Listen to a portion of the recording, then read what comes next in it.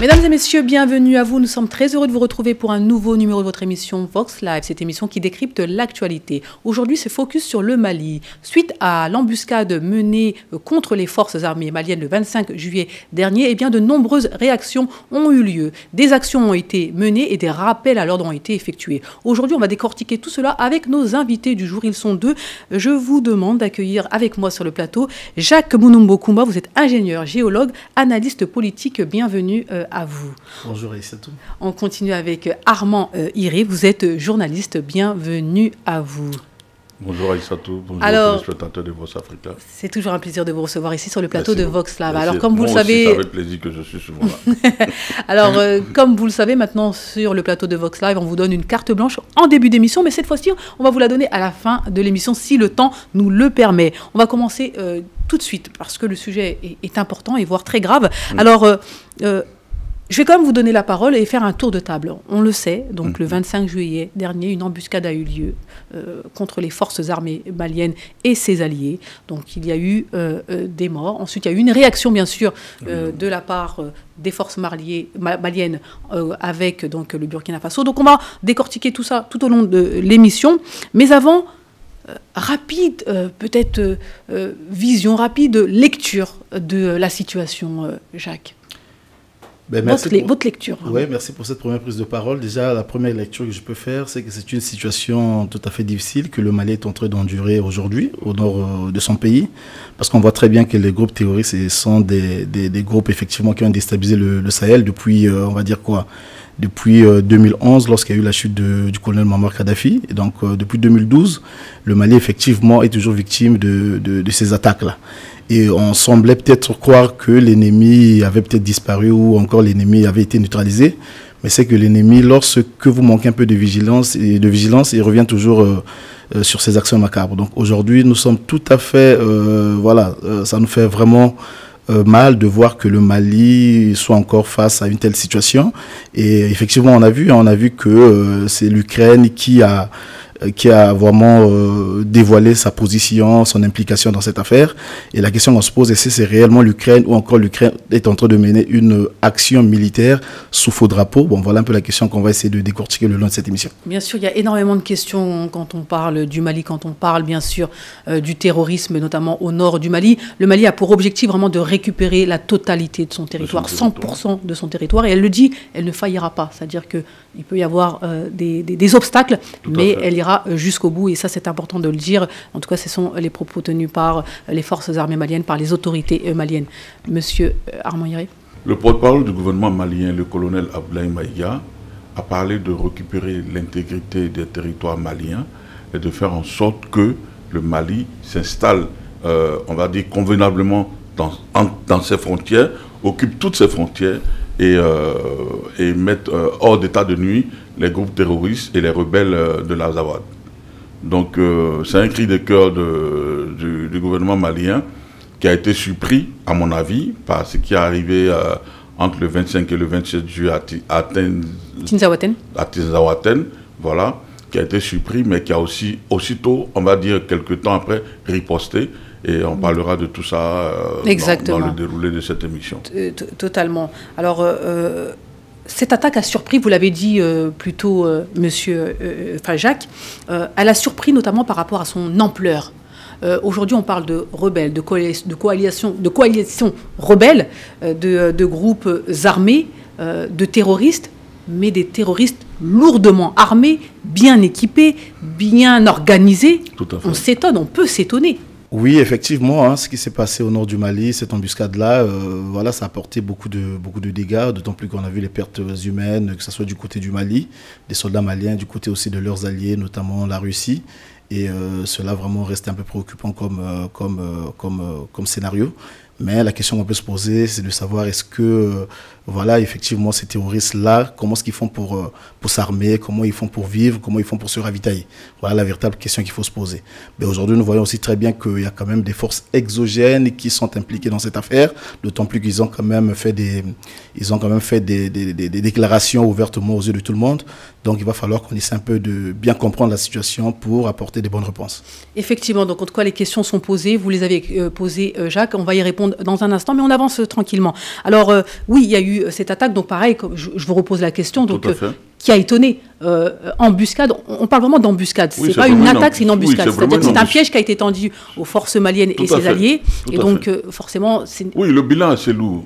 Quand on regarde les chiffres, on voit qu'il y a 87 soldats de l'Africa Corps qu'on appelait auparavant Wagner, et il y a au moins 47 soldats des FAMA qui sont restés au sol. Donc le bilan est assez lourd. Maintenant, c'est la même question que je me pose.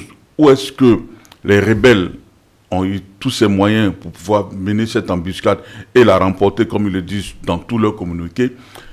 C'est vraiment une véritable question à laquelle on doit faire face et puis savoir vraiment comment ils ont fait pour être aussi blindés pour s'attaquer à la force, à deux forces qui sont des forces vraiment guerrières. D'accord. Et vraiment, on insiste sur le fait que ce soit un piège qui a été tendu, encore une fois, au FAMA ainsi que ses alliés et non oui, évidemment, on a parlé d'embuscade. Parce que c'est quand même différent. Voilà. Et c'est important que les téléspectateurs comprennent. C'est-à-dire qu'une embuscade, c'est un piège qu'on tend. Oui. Avec des informations qu'on a de l'extérieur, à savoir sur les déplacements donc, des forces maliennes, et donc on leur tend un piège. Il n'y a pas d'attaque frontale, il n'y a pas de... Oui, à mon avis, les renseignements militaires du côté de la rébellion ont marché. Ils ont su qu'il y avait un fort contingent de soldats et de soldats russes, enfin de l'Africa Corps et des FAMA dans la zone de Tenzawaten. Ils ont utilisé leur service de renseignement militaire et ils ont frappé. Moi, je pense que c'est une frappe énorme qui a causé beaucoup de dégâts. Et c'est étonnant ce que vous dites. Ils ont utilisé les renseignements militaires, là, on parle presque d'une force armée, d'une force, et non pas de rebelles, là. Parce que quand vous parlez qu'ils ont utilisé des renseignements militaires, ils ont été soutenus, ils ont eu accès à des renseignements que, normalement, des simples rebelles ne pourraient pas avoir. Donc, vous l'avez dit, ces forces exogènes, on se pose la question, ont-ils été accompagnés, ont-ils été soutenus pour... Ce que je souligne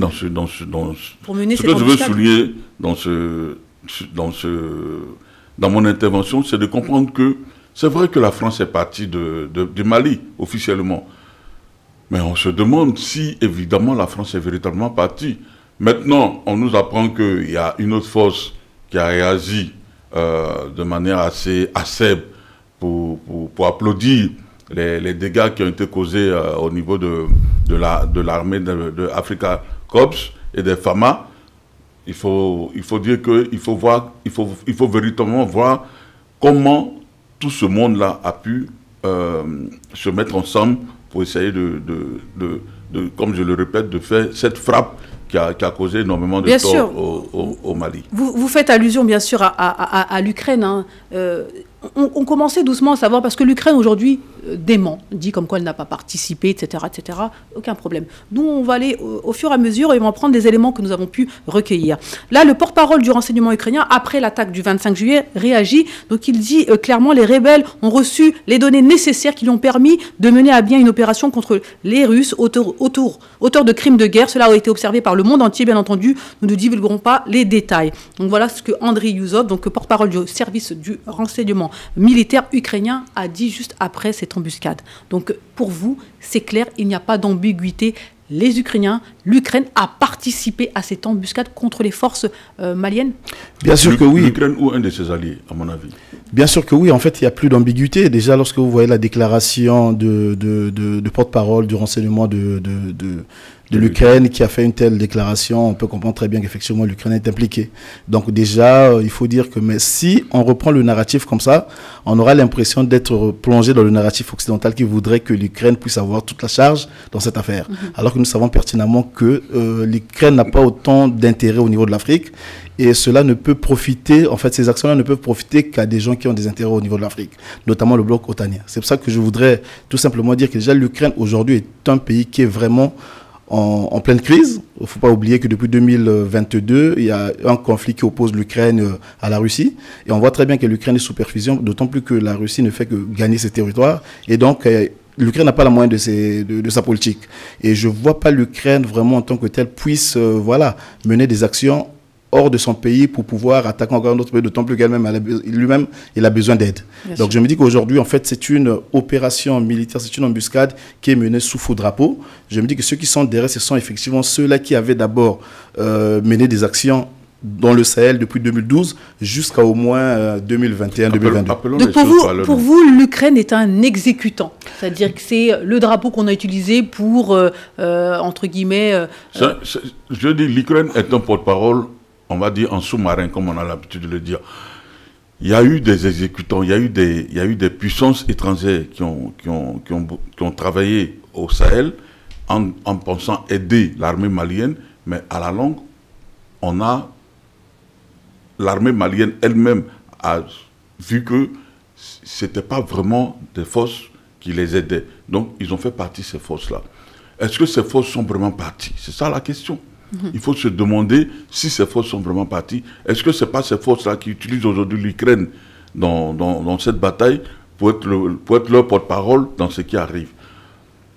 Il faut dire les choses par leur nom. La France n'a pas quitté le Mali avec avec de bons sentiments? Voilà, avec de bons sentiments, avec des fleurs au fusil, non.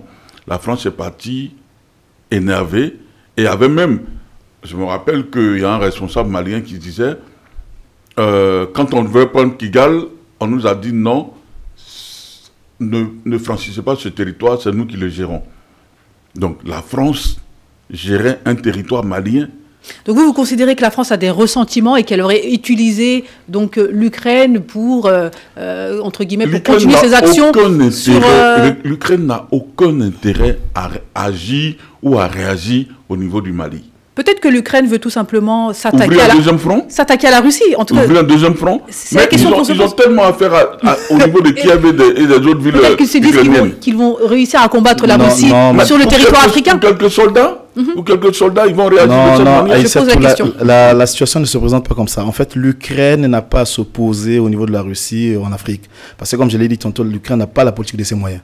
En fait, l'Ukraine est un exécutant, comme vous l'avez si bien dit dans vos propos. L'Ukraine est en train d'exécuter ce que le bloc otanien lui dit de faire. C'est pour ça que vous allez remarquer... La France, notamment non, mais il n'y a pas que la France, il y a aussi les États-Unis. Parce que n'oublions pas que nous parlons ici du Mali, mais il n'y a pas que le Mali. En fait, il faut regarder un peu les pays de l'AES, les trois étoiles polaires. Donc il y a le Mali, il y a le Burkina Faso et le Niger. Il n'y a pas très longtemps, vous allez remarquer que les Américains, ils ont libéré le territoire nigérien avec leur base militaire qui restait. Donc on voit très bien que c'est tout le bloc de l'AES qui est en train de mener la vie dure au bloc otanien, notamment la France, les États-Unis, l'Angleterre, mais même aussi l'Allemagne, parce que n'oublions pas aussi l'Allemagne qui doit partir au niveau du Niger. Donc on voit très bien que effectivement ces gens-là, pour éviter de dévoiler leur visage aux yeux de tout le monde, qu'est-ce qu'ils font? Mais ils sont obligés de passer à travers l'Ukraine. Puis l'Ukraine, en fait, c'est quoi? Le président ukrainien, c'est l'armée le plus absolue, le plus abouti du bloc otanien. On le sait tous. On voit très bien l'aide qu'il reçoit auprès de la France et l'aide qu'il reçoit auprès des États-Unis. Donc, c'est un monsieur qui ne peut que faire les 4 volontés de ses chefs. Donc aujourd'hui, je me dis que effectivement, tout nous porte à croire que effectivement l'Ukraine est un exécutant dans cette affaire. Donc Zelensky, c'est la marionnette qu'on utilise actuellement pour faire face à, tout à fait. à tous les coups fourrés au niveau du nord du Mali et même du Mali en général. D'accord. Tout à fait. Ok, vous considérez que ce sont des marionnettes, d'autres considèrent que tout simplement le conflit Ukraine-Russe arrive, se délocalise en Afrique. Pour vous, non, c'est pas ça du tout. Non, c'est pas ça du tout. Pourquoi? Parce qu'il faut rappeler quand même que les Occidentaux ont des grands intérêts en Afrique. Vous voyez? Et ils n'ont pas envie de lâcher l'Afrique, que l'Afrique s'émancipe. Ce qui fait que ils feront toujours, ils mettront toujours en place des politiques nuisibles pour pouvoir piller et détruire l'Afrique au profit de leurs intérêts. Ce qui fait que le conflit russo-ukrainien n'a rien à voir. C'est pas ce conflit-là qui revient vers l'Afrique. En fait, c'est un projet. Le projet qu'avait le bloc otanien, c'était quoi? C'était de déstabiliser d'abord la Libye et recoloniser l'Afrique. C'est pour ça que vous allez remarquer, il n'y a pas très longtemps, il y a peut-être 2-3 mois, le général Lecointre, haut commandant de France, il est passé sur une des chaînes ici en France. Pas n'importe quelle chaîne, Le Figaro, où il fait une déclaration comme quoi que dans 9-10 ans, il va falloir que la France revienne en Afrique pour pouvoir recoloniser. En fait, recoloniser, je suis avec mes mots, mais pour mener un peu des opérations militaires. Mais quelle opération militaire? Les Africains ne mènent pas des opérations militaires en Europe. Donc on voit très bien que c'est pour faire les intérêts des Français. Et je me dis que lorsqu'il parlait de 9-10 ans, en fait, c'était une façon de dire. Mais nous savons très bien que déjà sur le territoire africain, il y a déjà des bases étrangères militaires françaises qui s'y trouvent. Donc aujourd'hui, le but c'est quoi? Le but du jeu, c'est que si on déstabilise le Mali, parce que n'oublions pas, le Mali c'est l'embryon de cette triple révolution qu'il y a eu au Sahel. Donc si on commence à déstabiliser le Mali, ça peut créer un déséquilibre au niveau de la confédération de l'AES, ce qui fait que facilement on peut atteindre le Niger et le Burkina Faso. Donc ils ont tout à gagner en commençant d'abord par déstabiliser la Libye, et ensuite les deux autres pays aussi pourront peut-être être un peu attaqués. Donc je vous dis aujourd'hui que ça n'a rien à voir avec le conflit russo-ukrainien. En tout cas, c'est un point de vue que vous donnez. Exactement. D'autres points de vue, voilà. D'autres considèrent que c'est juste une délocalisation du conflit russo-ukrainien. Non, pas du tout, pas du tout. Bon, effectivement. C'est un point de vue que vous partagez, on va peut-être avancer. Non, la propagande guerrière fait que aujourd'hui, on pense que c'est un conflit russo-ukrainien. Mais ce qu'il dit avec pas mal d'éléments, et même à un niveau élevé au niveau de la vie politique française, les Français ne sont pas partis. Bon, quand on parle du bloc otanien, je suis bien d'accord, mais le pays qui avait plus d'intérêt dans les pays de l'AES, c'était la France. Donc c'est la France qui avait pion sur rue à Ouagadougou, à Bamako et à Niamey. Aujourd'hui, ces trois pays se sont débarrassés de la France. La France veut forcément revenir. Et même le président Macron l'a plusieurs fois exprimé.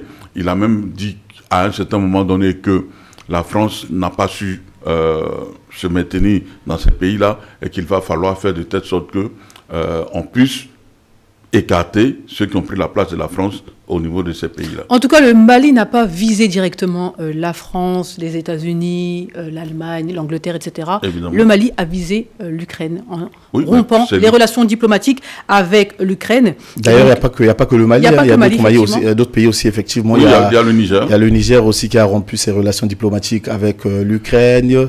Et voilà, parce que... Il y a le Sénégal aussi qui a réagi diplomatiquement. On va revenir dans un instant. Donc, juste, on reprend quand même les paroles de l'ambassadeur ukrainien au Sénégal. Le travail se poursuivra, il y aura certainement d'autres résultats. Donc, voilà les propos qu'a pu tenir l'ambassadeur ukrainien. Donc, on l'a dit, hein, entre les paroles du porte-parole des renseignements ukrainiens, entre les propos de l'ambassadeur ukrainien au Sénégal, on doit comprendre quand même que ces propos entraînent certaines ambiguïtés, mais quand on reprend le communiqué de l'Ukraine, hein, qui dit que non, la rupture demandée par le Mali est trop hâtive, qu'il n'y a pas de preuves.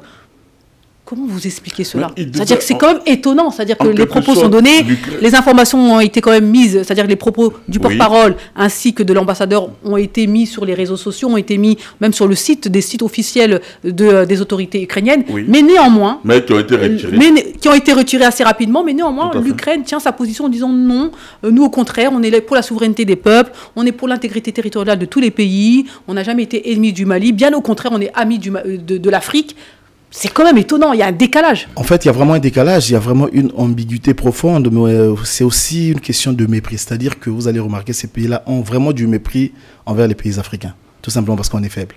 Je ne vois pas un pays comme l'Ukraine se trouver, par exemple, en Chine, et que son ambassadeur puisse s'impliquer ou encore s'immiscer dans les affaires de Chine et que cet ambassadeur-là devrait encore rester là-bas. Je ne pense pas. Il serait déjà chassé de ce pays-là il y a fort longtemps. Donc je vois que les Africains, en fait, nous sommes tellement dans le sentimentalisme alors que les autorités sénégalaises, puisque... Et surtout, là le point que j'aborde, c'est vraiment la réaction des autorités ukrainiennes. Oui, c'est-à-dire que le Mali rompt.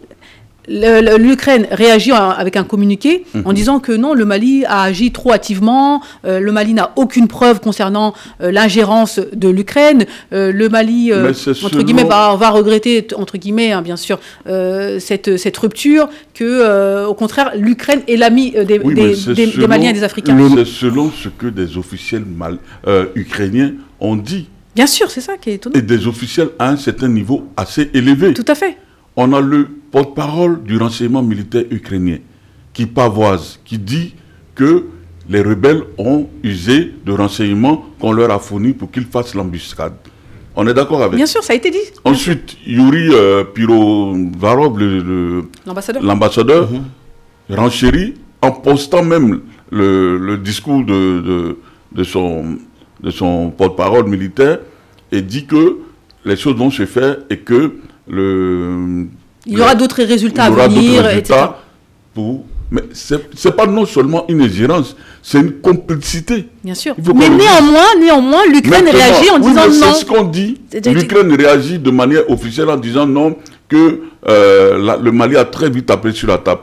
Mais ils veulent prendre le Mali par des sentiments. Alors que diplomatiquement, ils ont déjà réagi et agi militairement selon ce qu'ils disent. On ne peut pas s'accuser et puis se rétracter. C'est un peu compliqué de concevoir cela. Les militaires ukrainiens ont affirmé qu'ils ont aidé les rebelles à attaquer, à mener une embuscade contre les FAMA. Et la diplomatie ukrainienne a repris leurs propos et a dit qu'il y a des victoires qui se préparent contre le criminel russe. Donc, pour moi, ce n'est pas seulement de l'ingérence, c'est une complicité. Et je suis d'accord que le Mali ait rompu ses relations diplomatiques. Le Mali est suivi par le Niger. Mesdames et messieurs, vous êtes sur Vox Live. Aujourd'hui, c'est focus sur le Mali. On revient dans un instant après cette courte pause. Mesdames et messieurs, de retour sur le plateau de Vox Live, cette émission qui décrypte l'actualité. Aujourd'hui, c'est focus sur le Mali. On décortique un peu tout ce qui s'est passé concernant l'attaque de Tinzaouaten le 25 juillet dernier. Et on n'a pas parlé de la riposte conjointe avec le Burkina Faso. C'est quand même un message fort qui a été effectué, à savoir que quand le Burkina Faso rejoint un autre pays de l'AES, à savoir le Mali, pour défendre l'intégrité territoriale du Mali, pour défendre tout simplement son intégrité territoriale, parce que quand on parle de confédération, c'est aussi l'intégrité territoriale de ces trois pays. Vous validez les accords, c'est vous validez même l'AES. Mais en tout cas, c'est un message fort qui est lancé quand même. Évidemment. Mais bien sûr, c'est un message fort qui est lancé, d'autant plus qu'aujourd'hui, en fait, les gens comprennent que ce que est en train de faire les pays de l'AES, c'est quelque chose qui est vraiment pris au sérieux. Parce que, voilà, donc, ils ont des accords d'abord qu'ils avaient signés sur le plan du développement, mais sur la sécurité militaire, mais aussi pour l'intégrité de leur territoire. Donc, aujourd'hui, si on touche un pays de l'AES, c'est comme si on touche, par exemple, le Mali, c'est comme si on a touché le Burkina Faso. Si on touche le Burkina Faso, c'est comme si on a touché le Niger. Donc, aujourd'hui, et ils l'ont démontré. Mais bien sûr, ils l'ont démontré. Mais d'ailleurs, je vais peut-être vous rafraîchir un peu la mémoire. C'est-à-dire que le Niger, lorsque le président Tiani avait déposé son prédécesseur, vous vous souvenez que la CEDEAO avait organisé un plan comme quoi pour pouvoir envoyer des soldats au Niger pour vouloir rétablir le président Bazoum. Qu'est-ce qu'avait fait le Burkina? Le Burkina, à l'unisson avec le Mali, avait dit, écoutez, si vous osez, nous aussi on va envoyer nos troupes et défendre le Niger. Donc on voit très bien que c'est des pays qui sont tellement liés, ils savent ce qu'ils font. Et aujourd'hui, effectivement, l'acte que vient de poser le Burkina Faso, qui est celui d'aider, d'apporter son soutien au peuple malien, est un acte salutaire de mon point de vue. Exactement, un soutien militaire. Et puis on parle aussi encore une fois de la rupture. On parle encore de la rupture avec... Diplomatiquement, le Niger a réagi. Donc ça veut dire que l'AES s'est mis vraiment en branle pour contrecarrer ce qui s'est passé au Mali. Parce que je me rappelle des paroles du colonel major Amadou Abdraman, qui a condamné mardi dernier les propos de l'ambassadeur ukrainien en disant que c'était indécent. C'est le résumé que j'ai fait de sa prise de parole. Bien sûr. Alors, on va parler maintenant des actions. Avant de parler des actions et des réactions africaines, quand même, on s'attendait à une réaction de l'ONU quand même par rapport à tout ce qui a pu se passer. Parce qu'il y a quand même une ingérence qui est flagrante de la part de l'Ukraine. L'Ukraine qui fait partie de l'ONU, comme le Mali, comme le Burkina, comme le Niger.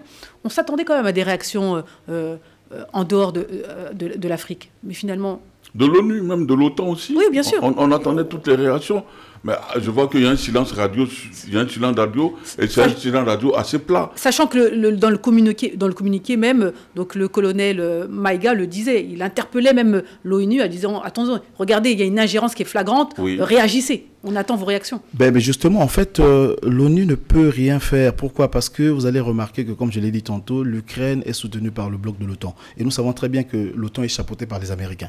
Et l'ONU, effectivement, voilà, c'est toujours l'ONU à la sorte des Américains. Donc aujourd'hui, en fait, ceux qui attisent le feu au niveau du Mali, au nord du Mali, ce sont ceux-là qui sont complices au niveau de l'ONU. Donc l'ONU ne peut... Pour vous, ça explique la non-réaction. Mais bien sûr, ça explique cela. C'est pour ça que vous allez remarquer qu'excusez-moi de me tendre un peu, tout ce qui se passe, par exemple, du côté de l'Est de la RDC, l'ONU ne dit aucun mot. la fameuse loi internationale des droits de l'homme, machin et tout, ils disent aucun mot. Parce qu'ils sont complices, effectivement. Parce que ceux qui sont en train de déstabiliser le nord du Mali, il faut le dire, ce sont ceux qui ont déstabilisé la région de Darfour en 2003, au moment où Béchir était encore président. C'est ceux qui continuent aussi à déstabiliser l'Est de la RDC. C'est ceux qui sont en train aussi de déstabiliser, on va dire, le côté du Gaza. C'est eux qui ont divisé le Sud. Voilà, justement. Donc, en fait, l'ONU est tellement complice, aujourd'hui, nous savons tous. Et voilà, donc, l'ONU a vraiment intérêt de rester silencieux, de ne rien dire, de peur qu'elle soit dévoilée. Et puis voilà. En tout cas, ce sont encore une fois vos propos. Donc, le Mali, quand même, a interpellé l'ONU concernant cette ingérence. Je leur donne 72 heures pour réagir, parce que c'est un événement qui suit son cours jusqu'à présent. Mais si l'ONU ne réagit pas, c'est inhumain. C'est inhumain de ne pas réagir à ce qui est arrivé au Mali, parce que c'est des morts d'hommes, et le Mali est une nation qui fait partie de l'ONU. Il aurait fallu que l'ONU réagisse le plus tôt possible. Et en plus, juste quelque chose pour en rajouter une dernière couche, c'est qu'on parle de l'ONU aujourd'hui, mais d'abord l'Union africaine. Que dit l'Union africaine? On va revenir sur l'Afrique, c'est pour ça que là on parle des réactions en dehors du continent africain. Maintenant, on va revenir sur le continent africain et notamment des réactions qui ont eu lieu. Alors, moi je vais... on l'a dit, le Niger, c'est bon, c'est acté. Le Niger a décidé de rompre toute relation diplomatique avec l'Ukraine. C'est fait. Maintenant, on va parler du Sénégal. Donc, le Sénégal on attend aussi le Burkina Faso. On attend aussi le Burkina Faso. C'est une question qu'on pose. On verra les réactions peut-être plus tard. Le Sénégal, encore une fois, le Sénégal, où se trouve l'ambassadeur ukrainien qui a eu ses propos qu'on a cités tout à l'heure. Et l'ambassadeur ukrainien a été appelé par le ministère des Affaires étrangères donc sénégalais, donc qui a clairement dit que le comportement de l'ambassadeur n'était pas normal. Donc il a dit après, le ministère des Affaires étrangères du Sénégal a convoqué l'ambassadeur ukrainien pour une mise en garde contre toute forme d'apologie ou de soutien au terrorisme. Voilà à peu près le résumé de ce qui a pu, de la raison même de cet appel, de cette convocation. Que pensez-vous de la réaction du Sénégal? Appropriée, inappropriée? Moi, je trouve que c'est une réaction appropriée.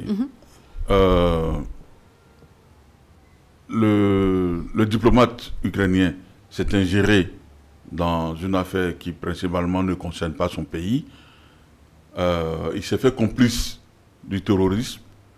C'est normal que le Sénégal puisse réagir de cette manière-là. C'est normal, quoi qu'il en soit, c'était attendu. C'est-à-dire que c'était le minimum, à savoir que l'ambassadeur ukrainien se trouve au Sénégal. Donc il était tout à fait normal. C'est clair. Donc après les propos qui ont été clairs et dont on a parlé ici, que cet ambassadeur soit convoqué. On est d'accord. Évidemment. Mais quand ils l'ont convoqué, ils lui ont dit ce qui se passait réellement. Vous avez soutenu les terroristes, c'est une ingérence, et ça ne se fait pas. C'est un peu le résumé de ce que Madame le ministre des Affaires étrangères a dit aux diplomates ukrainien. Maintenant, qu'est-ce qu'on attend réellement du Sénégal? Pour vous, vous attendez à rien de plus? Pour vous, la réaction est appropriée? Pour moi, déjà, c'est un bon départ. C'est un bon départ. Faut dire que, c'est vrai, on parle du Mali, mais la question qu'on peut se poser, est-ce que le Sénégal a véritablement un intérêt dans une guerre civile au Mali? Est-ce que le Sénégal a une... Mais le diplomate ukrainien a parlé sur le territoire sénégalais, on lui a tapé sur les doigts. Je pense que c'est une très bonne initiative de la part des autorités sénégalaises. Je vous pose la même question à vous, Jacques. Que pensez-vous de la réaction du Sénégal concernant les propos de l'ambassadeur? Moi, contrairement à ce que a dit mon copanéliste, c'est que moi, je ne m'attendais pas plus de la part du gouvernement sénégalais. Parce que déjà ici, il faut rappeler que lorsque vous avez un ambassadeur d'Ukraine sur le territoire sénégalais, faire une telle déclaration, c'est quelque chose de très grave, c'est gravissime. D'autant plus que nous savons très bien qu'au Mali, au Burkina Faso et au Niger, le terrorisme est en train de frapper très fort. Il y a des femmes qui meurent, alternance jour-nuit, il y a des enfants qui sont tués, il y a des territoires qui avaient été occupés dans le passé et tout. Donc je me dis que franchement, c'est une personne, en fait, cet ambassadeur, c'est une sorte de dénigrement, encore du mépris vis-à-vis de ces pays-là. C'est pour ça que vous allez remarquer que voilà, le Mali n'a pas tardé de rompre ses relations diplomatiques. Donc je me dis que les dirigeants... C'est le Mali qui a attaqué. Oui, le Mali n'a pas tardé de rompre. Voilà, le Mali n'a pas tardé. Et le Sénégal. Non, j'en viens. En fait, le Mali n'a pas tardé de rompre ses relations diplomatiques. Le Niger a fait la même chose. Avec l'Ukraine, on est d'accord. Avec l'Ukraine, et justement avec l'Ukraine. Et le Sénégal, de mon point de vue, le Sénégal allait taper fort. Pourquoi? Parce que n'oublions pas quand même que ceux qui dirigent aujourd'hui le Sénégal, ils sont plus à l'opposition. En fait, ce sont des dirigeants. Notamment, je fais allusion ici au couple Sonko et Diomaye. En fait, c'est des gens, lorsqu'ils battaient campagne, ils avaient surfé un peu sur la vague panafricaniste. Mais ils répondaient toujours le panafricanisme. Oui, justement, j'en viens. Voilà. En fait, voilà, ils avaient surfé sur la vague panafricaniste. Or, la vague panafricaniste voudrait tout simplement dire que nous devons d'abord veiller sur notre souveraineté. Ça, c'est un. Et lorsque vous avez un tel ambassadeur qui s'immisce dans des affaires qui ne lui regardent pas, en fait, des affaires d'un autre pays, en ce moment-là, c'est grave. Donc, moi, je me dis que si vraiment j'étais dirigeant de ce pays-là, je crois qu'on devait le faire partir. Parce vous auriez fait quoi, vous, si vous étiez dirigeant Si j'étais dirigeant, d'abord, je devrais le convoquer comme les dirigeants sénégalais l'ont fait. Et puis, tout de suite, je devrais de faire ses bagages et puis partir. Parce qu'on ne blague pas avec la question de souveraineté. Et on parle de quelle affaire? Nous parlons du terrorisme. Et depuis 2012, tout le bloc du Sahel est en train de souffrir à cause de cette affaire-là. Donc c'est une situation qui est tellement gravissime que les Américains et les Africains plutôt ne doivent pas rester dans le sentimentalisme. Ils doivent vraiment mettre des politiques vraiment solides pour pouvoir résoudre les problèmes auxquels ils sont confrontés. Envoyer un ambassadeur ne veut pas forcément dire rompre les relations diplomatiques. Là, on aurait pu finalement s'attacher sur les propos, juste sur les propos de l'ambassadeur, renvoyer l'ambassadeur et un autre ambassadeur effectivement, aurait pu venir. Vous en pensez quoi? Vous aurez voulu qu'il sanctionne On n'aurait rien voulu, c'est-à-dire que je pose la question. Oui. Vous considérez que la réaction elle est totalement appropriée, monsieur considère qu'elle est inappropriée. Oui. Donc, est-ce qu'il n'y a pas un juste milieu éventuellement? Quand j'écoute votre question, pour moi, vous aurez voulu qu'on sanctionne un titu personae l'ambassadeur. C'est une proposition, c'est-à-dire que, à défaut de rompre, parce que vous êtes contre la rupture diplomatique. Justement, ça veut dire que l'Ukraine lâche son ambassadeur au Sénégal. C'est pas l'Ukraine qui lâche l'ambassadeur, c'est-à-dire que c'est le Sénégal qui peut demander le départ. Demander le renvoi de cet ambassadeur et le remplacer par un autre ambassadeur. Par rapport aux propos qui ont été tenus. Oui, c'était pas mal. C'était une position idoine qu'il fallait mettre en exergue, mais je suis toujours d'accord que le Sénégal ait choisi la bonne partie, c'est-à-dire faire de la diplomatie, aller pas à pas, justement, comme on le fait dans ce débat, aller pas à pas. Ils ont tapé sur les doigts de l'ambassadeur, quitte à lui de rentrer dans sa coquille, sinon il prendra la porte, c'est clair. Très rapidement. Moi, je pense que, excusez-moi, c'est que de mon point de vue, le Sénégal n'a pas fait une bonne affaire. Dans le sens que, aujourd'hui, c'est vrai que c'est le Mali qui a attaqué, mais dites-vous bien que demain, ça peut être le Sénégal. Qui pouvait s'attendre? Je vous rappelle déjà, d'ailleurs, le Togo aussi, il y a quelques jours, avait été attaqué par le terrorisme. Je crois qu'il y a eu peut-être une trentaine de morts comme ça. Et donc, on voit très bien qu'aucun pays africain n'est épargné. Donc, si déjà, un pays X est touché, le pays Y, qui est surtout voisin, peut aussi quand même se dresser sur la position qui voudrait que, écoutez, il faut déjà qu'on essaie un peu de marteler dessus afin de mettre fin déjà à ce fléau-là qui est en train de tuer donc pour vous, l'argument de Armand disant que le fait que ce soit, entre guillemets, une guerre civile, pour vous, Armand dit comme quoi c'est une guerre civile, le Sénégal n'a pas à intervenir dans une guerre civile, et donc c'est normal qu'elle tape juste sur les doigts de l'ambassadeur et pas plus. Mais vous considérez que non, au contraire, c'est une guerre régionale, voire continentale, et que tous les pays ont intérêt à taper fort pour stopper tout ça, parce que ça peut arriver chez eux assez rapidement. Mais bien sûr, selon les faits, il n'y a pas d'armée sénégalaise au Mali ou en train de déployer ses armes quelque part. Donc, je trouve que c'est une guerre civile. Aujourd'hui, c'est l'Azawad qui a attaqué les Fama. Et depuis la nuit des temps, c'est même pas... Vous avez parlé tout à l'heure... Vous confirmez vos propos, c'est-à-dire que c'est une guerre civile et normalement, il y a pas... les autres pays n'ont pas à s'immiscer dans cette guerre civile-là. Je ne dis pas que les autres pays n'ont pas à s'immiscer. Je ne dis pas cela. Mais je veux dire, c'est une guerre civile. L'Azawad attaque les Fama. Donc c'est une guerre entre Maliens. Il y a eu des accords entre le groupe de l'Azawad et les Fama depuis la nuit des temps. Il y a eu l'accord d'Alger et autres. Donc c'est une guerre civile malienne. Vous l'avez répété, une guerre civile, c'est entre Maliens. Voilà. Et donc, le Sénégal, pour l'instant, doit laisser donc, ce conflit... Et réagir vivement face aux dits du diplomate ukrainien. Voilà, parce que c'est une guerre civile, le Voilà. Sénégal ne doit pas surréagir, c'est ce que vous dites en tout cas. Mais non, c'est pas ça. Il ne faut pas qu'on fasse la lecture de cette façon-là. Déjà, il faut aussi rappeler quand même... Je parle des faits. Hein. Justement, nous sommes ici en train de parler des faits. Voilà. Il faut rappeler quand même que, historiquement parlant, le peuple sénégalais, le peuple malien, c'est presque un même peuple. On se souvient vraiment, à l'orée des indépendances, le président, père son âme, Modibo Keïta, avec le président Léopold Sédar Senghor, voulait déjà fédérer leurs deux États. Il se trouve que donc les pays... c'est pas aller loin. C'est pas aller loin, justement. Non, en fait, je suis en train de faire... c'est un tour d'horizon que je fais juste pour arriver un peu au bout de ma réflexion. C'est pour dire que ce sont des pays qui sont intimement liés. Déjà, c'est plus ou moins les mêmes peuples. Donc, aujourd'hui, si on touche le Mali, normalement, pour tout dirigeant sénégalais conscient et consciencieux du combat que porte Assimi Goïta, je pense que vraiment, il était question de prendre une ferme décision vis-à-vis des propos de cet ambassadeur-là. En tout cas, une décision plus forte que plus forte que ce qu'ils ont fait. Entre un président élu et un putschiste, je veux dire que la jauge est quand même assez visible. Le président élu prend des comment on va dire ça, donnez-moi le mot. Des décisions, des actions. Pardon. Prendre des décisions en exiguant la diplomatie. Le putschiste qui a été attaqué peut rompre définitivement ses relations diplomatiques avec l'Ukraine. Voilà. Moi je dis, le Sénégal a bien fait en s'aboutant sur son panafricanisme, sur le panafricanisme de ses dirigeants. Il a tapé sur les doigts du diplomate ukrainien. C'est le premier pas qu'il fait pour protester contre ce qui est arrivé au Mali. Si je me permets, vraiment, je me mets à la place des téléspectateurs, mais il est où le rapport? C'est-à-dire qu'on parle de deux présidents, le président Assimi Goïta, le président sénégalais. Oui, tout à fait. Qui défendent les intérêts de leur pays, de leurs deux pays, de leur population. Tout à fait. Un pays a été attaqué, oui. Il y a eu des morts. Les forces armées maliennes qui sont censées défendre le peuple malien, les enfants maliens, les Maliens, etc., ont été attaqués. Donc, le rapport entre Poutine... Vous êtes en train de parler du fait que... la rupture diplomatique, vous l'avez dit tout à l'heure, elle était légitime, vous l'avez dit tout à l'heure. Donc il y a le rapport entre ces deux présidents qui ont pris des décisions en fonction...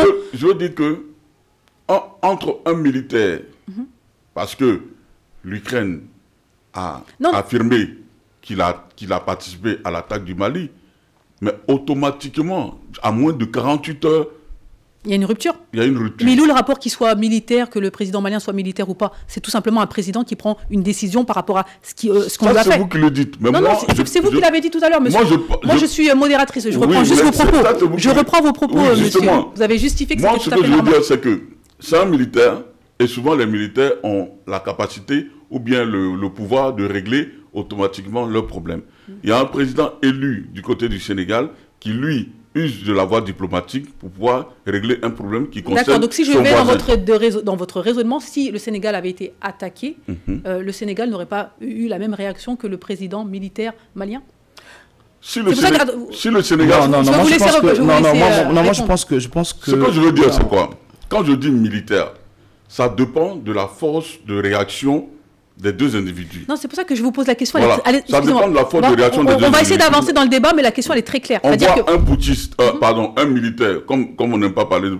On voit un militaire qui réagit automatiquement parce que son pays a été attaqué et qu'un État tiers avec qui, je veux dire, il n'y a que des relations diplomatiques, a dit qu'il supportait, il concevait et il avait aidé ceux qui ont attaqué, ceux qui ont mené l'embuscade dans leurs œuvres. Maintenant, on demande à être soutenu. Le Sénégal, qui est un pays voisin, où un diplomate a réagi, le Sénégal, en tant qu'un pays démocratique... Non, en fait, le problème peut-être qui se pose, je pense qu'il le parallèle que vous faites, le parallèle est inapproprié complètement. Justement, vous vous plaignez parce que Non, je ne me plains pas, c'est-à-dire que moi je me mets à la place du militaire. Non, ça n'a rien à voir avec ça. Non, ça n'a rien à voir avec ça. Ça n'a rien à voir avec ça. Pour que nos téléspectateurs comprennent un peu. C'est vraiment par rapport aux téléspectateurs qui nous écoutent, c'est important. Pour que nos téléspectateurs comprennent un peu, c'est que le pragmatisme politique et la volonté politique ne dépendent pas du fait que vous soyez militaire ou civil. C'est ça. C'est une question de défense des intérêts de ton pays. Oui, d'accord. En fait, le président Assimi Goïta est en train de défendre les intérêts des Maliens et de son pays. Comme l'aurait fait un président sénégalais, comme l'aurait fait un président turc, le fait d'être poutiste, le fait d'être civil, ça n'a rien à voir. C'est une question de patriotisme, tout simplement. En fait, c'est ce qu'elle voulait tout simplement dire. Oui, vous le dites. Je suis d'accord personnellement avec vous. Vous L'avez défendu tout à l'heure, donc il n'y a aucun problème. On va avancer, s'il vous plaît. Donc maintenant, on va parler de la réaction de la CEDEAO. Donc on rappelle, 25 juillet, donc il y a eu cette attaque. Le 5 août 2024, la commission de la CEDEAO réagit. Donc, elle saisit cette occasion pour exprimer sa ferme désapprobation et sa ferme condamnation de toute ingérence étrangère dans la région, pouvant constituer une menace à la paix et à la sécurité en Afrique de l'Ouest. Donc, elle dit clairement que elle condamne ces actions, elle est contre l'ingérence et si besoin, elle pourra entre guillemets accompagner, enfin, soutenir le Mali. Donc oui, justement, j'ai lu ce communiqué de la CEDEAO. En fait, de mon point de vue, c'est un communiqué qui était un peu d'hypocrisie. Et voilà, c'est un communiqué qui est tout à fait creux, fumeux. Et aujourd'hui, on voit très bien que la CEDEAO, comme on dit, le chien ne change jamais sa position de s'asseoir.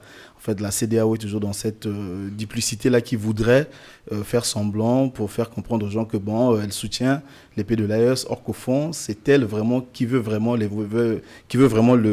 voir par terre. D'accord. Voilà. Pour le coup, elle a quand même réagi, c'est-à-dire que elle n'aurait pas réagi, on se serait plaint. Elle a réagi, on se plaint aussi. Mais oui, c'est le service minimum. En ce qui concerne la CEDEAO, l'AES a déposé la CEDEAO.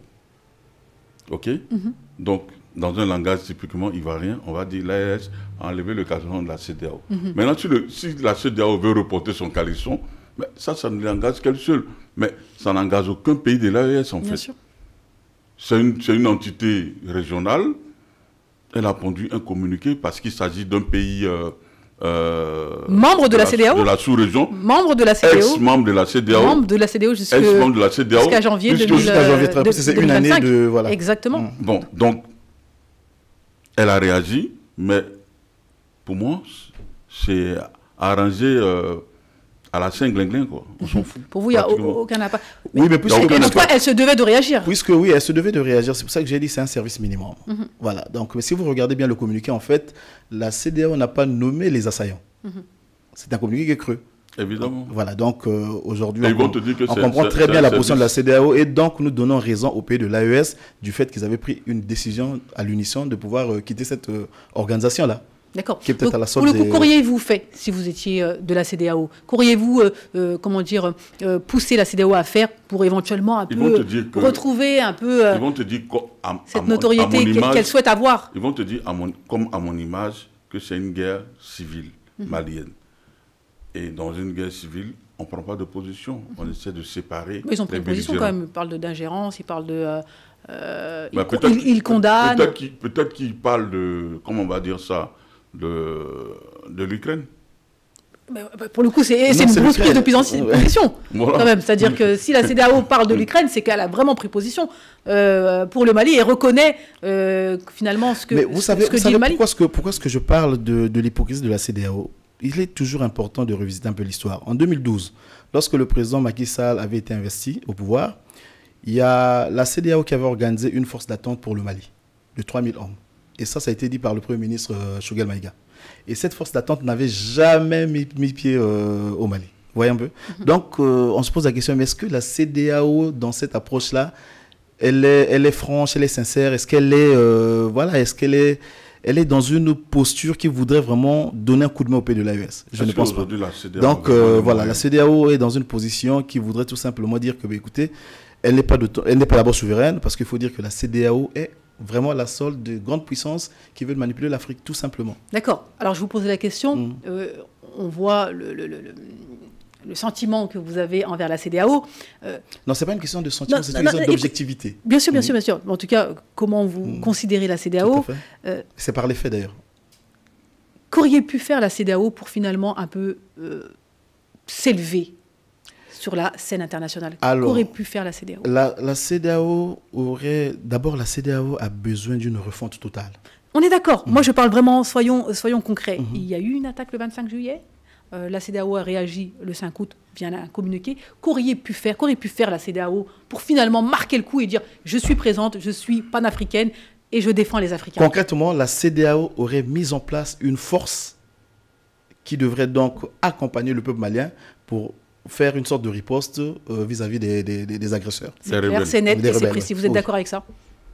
Ça aurait changé la donne concernant, pour l'Afrique, les Africains, notamment la vision qu'on a de la CEDEAO? Ce que je sais, c'est que la CEDEAO n'a véritablement pas les moyens de réunir une force. Bien sûr. Depuis le Libéria, la CEDEAO n'a jamais réussi à avoir une force. C'est pour ça qu'on parle de conditionnel, mais on va avancer quoi qu'il en soit. Tout à Mesdames et fait. messieurs, Donc, nous arrivons vers dire presque au que terme. la CEDEAO puisse réagir de manière ferme, c'est un peu compliqué. C'est un peu compliqué, mais en tout cas, ça aurait pu éventuellement changer l'image de la CEDEAO qu'on a aujourd'hui. Bien sûr, on est d'accord en envoyant quelques forces là-bas pour aider un peu le Mali, ouais, justement. Une CEDEAO, comme le dit Guy-Marius Sagna, qu'on doit refondre. On continue maintenant, on va terminer cette émission avec l'Algérie. L'Algérie qui a réagi vivement aux événements de Tinzaouaten et à la détérioration des relations qu'elle a avec le Mali. Le ministre algérien des Affaires étrangères a appelé son ambassadeur à Bamako l'importance historique des contributions de l'Algérie à la paix et à la stabilité du Mali. Donc c'est vrai que l'Algérie, c'est la grande question. Beaucoup se posent des questions concernant l'Algérie, qui a toujours été partie de ce grand problème qu'il y a au nord du Mali. Forcément, il y a une frontière avec l'Algérie, et notamment quand on parle de Tinzaouaten. Donc, il y a Tinzaouaten au Mali, mais il y a aussi Tinzaouaten sœur en Algérie. Donc, moi, je pense que le Mali, dans son ensemble... Il y a deux visions, en tout cas. Il y a deux visions. Je pense que le Mali, avant même cette attaque, avait déjà appelé l'ambassadeur en décembre 2023. Déjà, c'était un peu compliqué entre l'Algérie et le Mali. Avait appelé l'ambassadeur de l'Algérie à Bamako. Tout à fait. Il avait été convoqué par... effectivement, il avait été convoqué. Il a été convoqué par le ministre des Affaires étrangères qui lui a dit que l'ingérence de l'Algérie dans les affaires maliennes était très élevée, et qu'il fallait mettre une sorte de bémol à leur ingérence. Peut-être que c'est dans la suite logique de ce que le Mali a reproché à l'Algérie, que en janvier 2024, Assimi Goïta a déchiré les accords d'Alger. Donc le Mali a appelé les rebelles à venir négocier à Bamako entre Maliens. Donc, à mon avis, l'Algérie doit rester calme dans son coin et ne pas...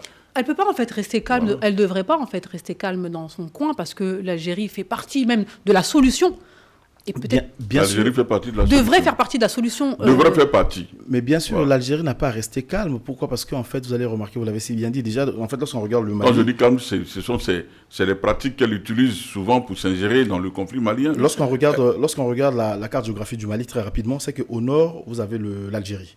Et à l'est, vous avez la Mauritanie. Oui. Mais c'est que les attaques viennent d'où? C'est-à-dire cette embuscade vient du côté du nord. Tout à fait. Donc la zone où c'est frontalier avec l'Algérie.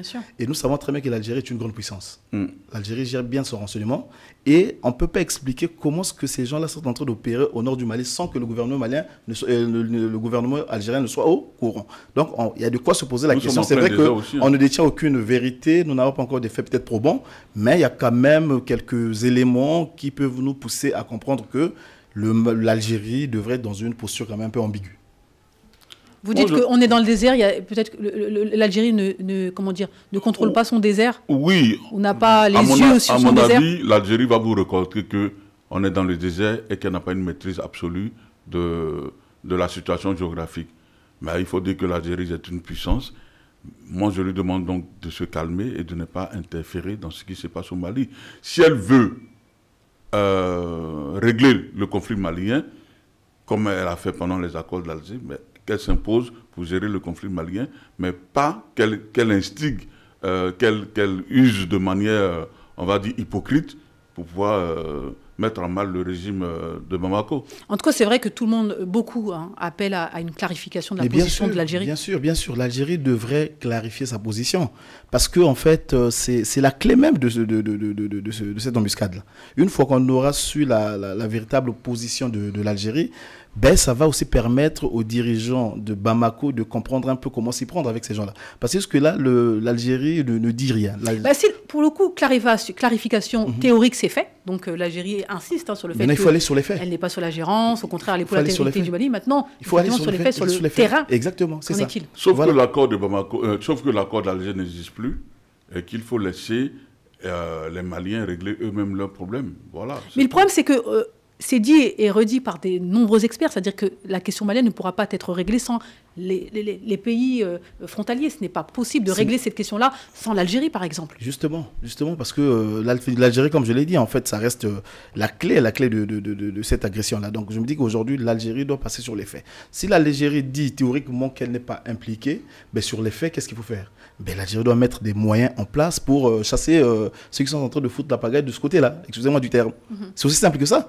Par exemple, permettre au Mali de pouvoir pourchasser... Pourchasser, effectivement. Voilà, donc il faut passer sur les faits. Parce que lorsqu'on a fini... C'est un acte de force, alors. Voilà, justement, lorsqu'on a fini de théoriser, mais il faut passer sur la pratique. Et la pratique voudrait que vous laissez au moins la possibilité... Et l'Algérie te reconnaîtra qu'elle n'a aucune marge de manœuvre sur le désert et que la situation géographique n'est pas maîtrisée. C'est de la politique politicienne. Il ne faut pas oublier que le Mali... tout à l'heure d'hypocrisie. Ouais, il ne faut pas oublier que l'Algérie d'aujourd'hui n'est pas l'Algérie d'hier.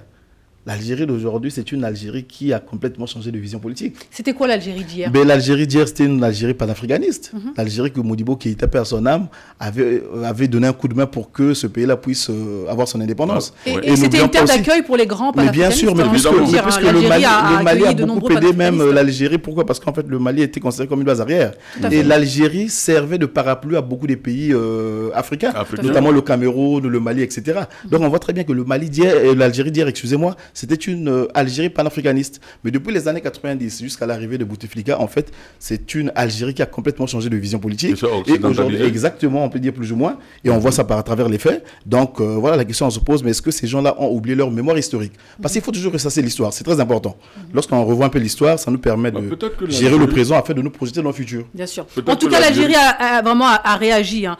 Et elle dit clairement qu'elle est pour l'intégrité du territoire malien, pour la mise hors d'état de nuire des terroristes, etc., etc. Donc elle insiste sur ça, sur le fait qu'elle est avec le Mali. En tout cas, nous, on va retenir ces derniers mots. On espère que ça va se concrétiser sur le terrain.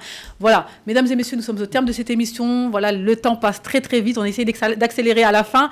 Mais voilà, on programmera une autre émission concernant les avancées de cette situation qui est vraiment très alarmante. On espère que cela va se résoudre très rapidement. Et encore une fois, nos condoléances à toutes les personnes qui ont perdu leur vie durant cette embuscade, ces attaques. Et bien sûr, quand on parle de l'Afrique, quand on parle des morts, on parle de tous les morts, que ce soit sur le continent africain, toutes les victimes donc, de ces guerres inutiles, de ces attaques terroristes, de ces terroristes. Donc voilà, en tout cas, l'objectif vraiment de Vox Africa et de Vox Lab, c'est de mettre en exergue tout cela et de faire en sorte d'avoir des gens sur le plateau qui peuvent parler de solutions, qui peuvent en tout cas mener vers la voie de la résolution de ces différents conflits. Voilà, nous sommes au terme de cette émission. Merci à vous de nous avoir fait l'honneur d'être parmi nous aujourd'hui sur le plateau de Vox Live, cette émission qui décrypte l'actualité. Allez, merci et à très bientôt. Bye bye.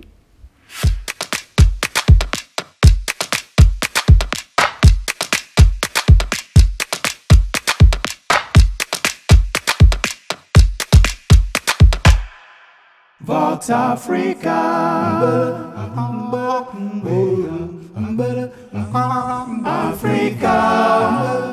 Vox Live, votre nouveau rendez-vous. Retrouvez-moi tous les soirs du lundi au vendredi à 18h30 GMT pour parler d'actualité africaine.